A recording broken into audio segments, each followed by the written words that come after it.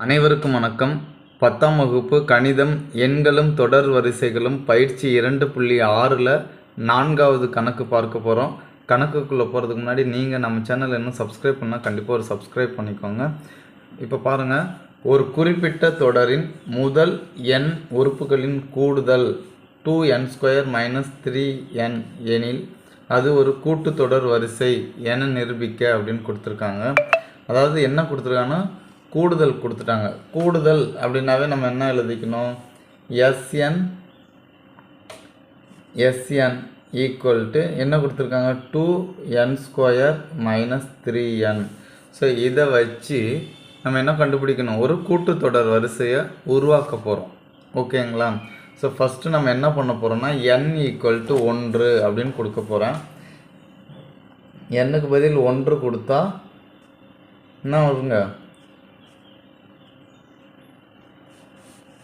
2 1s are 2 minus 3 into 1 3, அப்போ -1.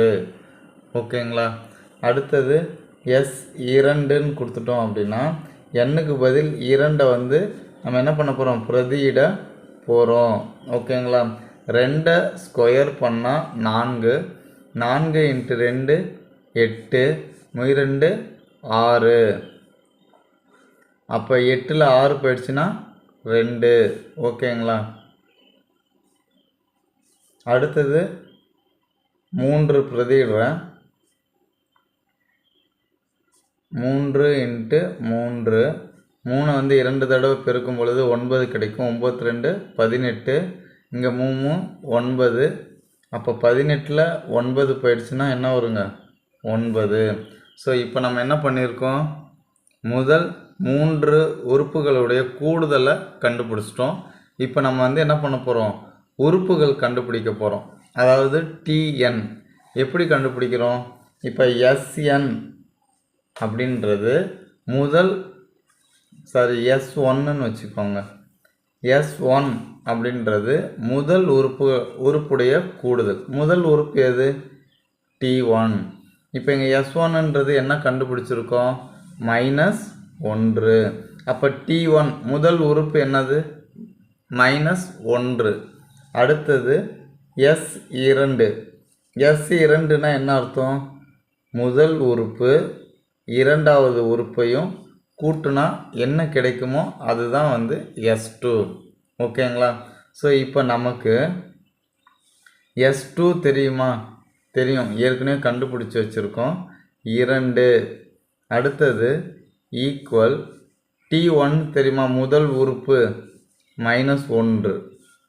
T2 தெரியுமா, தெரியாது. ஸோ ஏன்னா அதுதான் கண்டுபிடிக்க போகிறோம். ஸோ அப்போ தெரியாததை ஒரு சைடு வச்சுட்டு தெரிஞ்சதெல்லாம் ஒரு சைடு கொண்டுட்டு வாங்க. 2 -1 வந்து ஆப்போசிட் சைடு வந்தால் +1. அப்போ என்ன வரும், 3. T2 உடைய மதிப்பு என்னது, 3. ஓகேங்களா? அடுத்த உறுப்பு S3 போட்டுக்கோங்க, 3 உறுப்புகளின் கூடுதல். அப்போ 3 உறுப்புகளின் கூடுதல்னால் முதல் உறுப்பை கூட்டணும், இரண்டாவது உறுப்பை கூட்டுறோம், மூன்றாவது உறுப்பை கூட்டணும். ஓகேங்களா? S3னா என்னது, 3 உறுப்புகளுடைய கூடுதல். 3 உறுப்பில் நமக்கு எந்தெந்த மதிப்புலாம் தெரியும், 9 ஈக்குவல் டு T1 என்ன கண்டுபிடிச்சிருக்கோம், முதல் உறுப்பு -1, இரண்டாவது உறுப்பு +3, மூன்றாவது உறுப்பு தெரியுமா, தெரியாது. ஸோ அதை அப்படியே வச்சுக்கிறோம். 3ல் 1 போயிடுச்சுன்னா 2.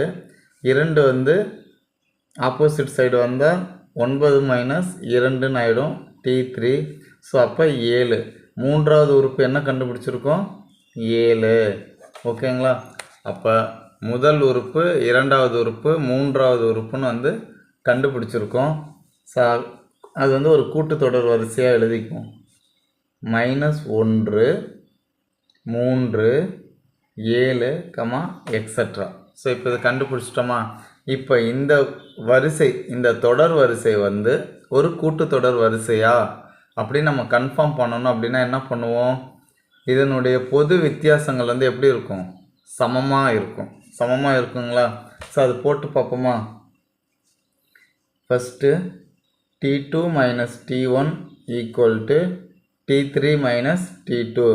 இது ரெண்டு சமமாக இருந்ததுன்னா கண்டிப்பாக இது வந்து என்ன வரிசை? ஒரு கூட்டுத்தொடர் வரிசை. அப்போ இரண்டாவது உறுப்பு 3, முதல் உறுப்பு -1,